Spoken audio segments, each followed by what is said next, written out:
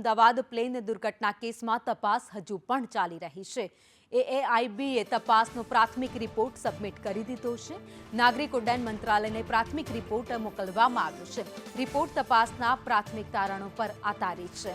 અમદાવાદમાં એર ઇન્ડિયાનું વિમાન ક્રેશ થયું હતું, જેમાં નિર્દોષ લોકોના મોત થયા હતા। અત્યાર સુધીમાં 272 જે મૃતદેહ છે તે પરિવારને સોંપી દેવામાં આવ્યા છે। તેમના ડીએનએ ટેસ્ટ કર્યા બાદ મૃતદેહ સોંપવામાં આવ્યા। જો કે હવે પ્રાથમિક તપાસનો રિપોર્ટ સામે આવ્યો છે। વધુ અપડેટ સાથે સંવાદદાતા હિરેન રાવલ અમારી સાથે જોડાયા છે।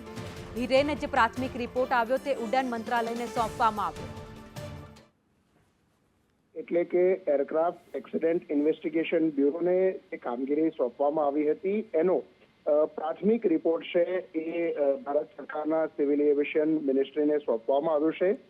પ્રારંભિક 4 થી 5 પેજનો આ પ્રાઇમરી સમરી રિપોર્ટ છે તે આપવામાં આવ્યો છે અને પ્રાથમિક કારણો જે છે ઘટના પાછળના એ પણ એની અંદર પ્રોબેબલી ઉલ્લેખ કરવામાં આવ્યો છે। એ પ્રકારે ભારત સરકારના સૂત્રો પાસેથી માહિતી મળી રહી છે।